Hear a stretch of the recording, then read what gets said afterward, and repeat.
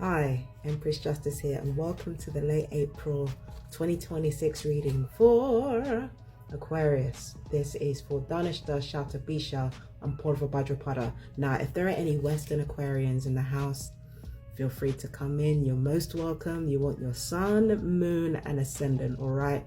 Or as us in the Vedic astrology community say, your Lagna. Okay, now let's get started. So, your cards, Aquarius, are the Ace of Autumn, okay? A windfall of money, advice, or assistance from others, a very successful project, a happy change in your career. So that's what we've got right here. And then we've got the Four of Autumn, manage your resources wisely, achieve a balance in how you spend and save money, help out those who are less fortunate. Got a feeling you're already doing that, Aquarius, but let's move on. If you believe is an interesting one. Now, I've got some notes here that allude to some less fortunate signposts coming up during this particular transit. First of all, let me get to your houses. Let me talk about the house that is going to be highlighted from the Ashwini new moon and well into the Swati new moon, that's Swati full moon that's coming up. It's going to be important for you to focus on your third house, all right? That is the house of your farthest relatives, meaning your siblings, cousins, grandparents, nieces, nephews, uncles, aunties, and your closest strangers, meaning your neighbors, all right? So it's about your nearest community. It's also about the place where you come from, like your nearest town or city, as opposed to the ninth house, which is all about far-flung places. You are being asked to emphasize places that are closest to home for you, and also to come back to your formal education for some of you. Others of you, you have to work on your communication. And yeah, that's basically what we're dealing with here. So it's going to be more important than ever for you to focus on these things, especially with the Swati full moon coming up in May. And I feel like because you are being asked to focus on stuff closer to home, there's frustration there. I feel like there's frustration there. There are things in your life that you're trying out and you don't know whether they're going to work or not. Unfortunately, Shatabisha in particular, like not just Shatabisha, but Shatabisha in particular, because this is a common Aquarian trait. They kind of stay way too rooted in the negative sometimes. And I feel like what a lot of Aquarians tend to do is they try to exist in a liminal space where they can turn something negative into something positive, where they can alchemize something negative into something positive. And quite often that's not what happens. Do you understand what I mean? It's just that they're able to get away with something negative more than they're able to alchemize it. But in this particular case, just because you might get away with being pessimistic when it comes to new things that you're trying, it doesn't mean that you actually should do that. Because what you're doing is you're hindering your own ability to move forward in a meaningful way when it comes to personal matters in your life. Your own pessimism is inhibiting you from being happy. And I keep saying this to you, like you need to get a grip on your pessimism. Stop running away from your own happiness. And I feel like that's what's going on here. I feel like that's where the cynicism comes from. You're running away from your own happiness. And I know what I said just a few seconds ago, but it's not like you don't want to be happy. It's just that with everything in life, you can only take a little piece of it at a time. You can't take too much. Like, it's the same with your sister sign, right? It's just that with your sister sign, it's for the opposite reason.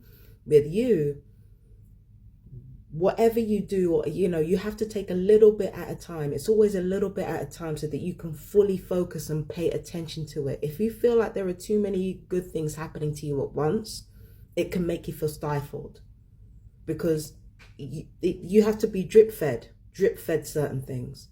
And I feel like that's at the root of your cynicism when it comes to your home life and when it comes to your community and when it comes to the things that you're supposed to be doing. Now, for your notes here, I've got challenging new opportunity, lack of possessions, feeling poor. But the most important notes here are new financial security, opportunity to become wealthy, new wealth. That's where the cynicism is. It's because you have the opportunity to have not proper wealth in your life, but to be treated more fairly.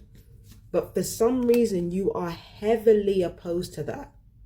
You're heavily opposed to fair treatment. Because again, when it comes to happiness, you can't take too much happiness. It needs to be manageable for you. Do you understand what I mean? So you can't take too much happiness. You can't take too much of one thing. It just, like, you can't do it. So, yeah, that's what I feel like is going on here. You have the opportunity to be treated with some kind of reciprocity here. I feel like this is to do with friendships, actually. I feel like this is to do with friendships and relationships, because we've got the 8 of Cups. You feel stuck. You feel stuck in a situation that you want to get out of. Like you're feeling like you're stagnant. And if it's one thing that an Aquarius hates, it's to feel stagnant. And I don't think you're here yet. I don't think you're here yet. But you want to be. You want to be here. You want to be satisfied. You want to be content. And I feel like you are getting what you want in life. But this is the thing, Aquarius. You're getting what you want, but it's not panning out the way that you wanted it to. But then again, that's just life, isn't it? We don't always get what we want in the way that we want it. I think...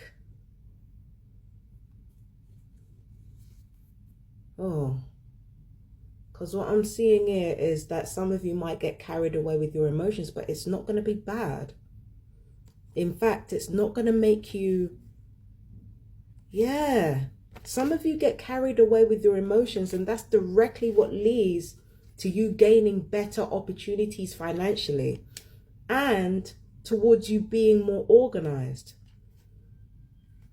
It's like you get carried away and it leads you into a situation that you didn't want to be in. But it's in that situation that you didn't want to be in that you finally start to make the most of the opportunities you've been given. And that kind of leads to a turnaround in your financial situation.